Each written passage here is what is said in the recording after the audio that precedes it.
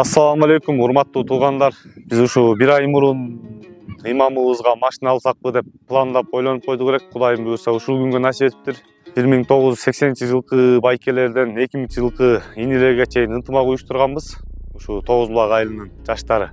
Ошол ниетибиз ишке ашып, бүгүн имамыбызды унаалуу кылып, Toyota Ipsum үлгүсүндөгү машина алып берип сүйүнтүп отурабыз. Көптү күрсө көл болот дегендей жаштарды дагы ынтымакка чакыргым келет. Ошол менен бирге бүгүн акыркы 10 поколения 90-дордон 2000-жылкы инилерибизге чейин тамак аш уюштуруп ушул жерге айылдын аксакалдарын бата алуу максатында батабызды алып атабыз. Кылган баталары, кылган дуалары кабыл болсун. Аксакалдарыбыз калыс, жаштарыбыз ынтымактуу болсо, айылыбыз өркүндөп өсөт деген чоң үмүтүм бар. Ошол менен бирге 1-июнь күнү дагы жаш бөбөктөрүбүзгө белек печек бере албай калганына байланыштуу мына бүгүн белек печектерибизди эметип ар бир бөбөккө таттууларыбыз таратылды. Айтыңыздар, марек болсун. Бисмиллахир-рахманир-рахим. Аллах Таалага чексиз мактоо шүкүрлөр болсун, пайгамбарга салам салаттар болсун. Бүгүнкү күн өтө кубанычтуу күн болуп турат.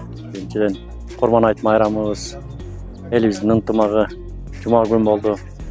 Айылыбызда көп жакшы иштер болуп атат. Жаштар ишке, кар келсе ашка дегендей.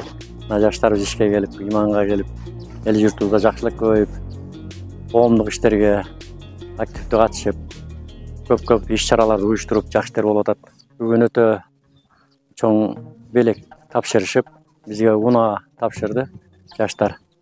Алланын өкүмү менен Аллах Таала ыраазы болсун, иштерине ийгилик берсин, үй-бүлөлөрүнө тынччылык, береке, ынтымак берсин. Өтө жакшылыктардын баарын каалайм.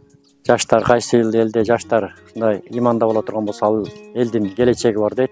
Келечек муундарыбызга кааларыбыз таза исламдын жашоосу менен жашап калышын каалайбыз. Коомубузда жакшы иштер, кайрымдуулук иштер боло берсин.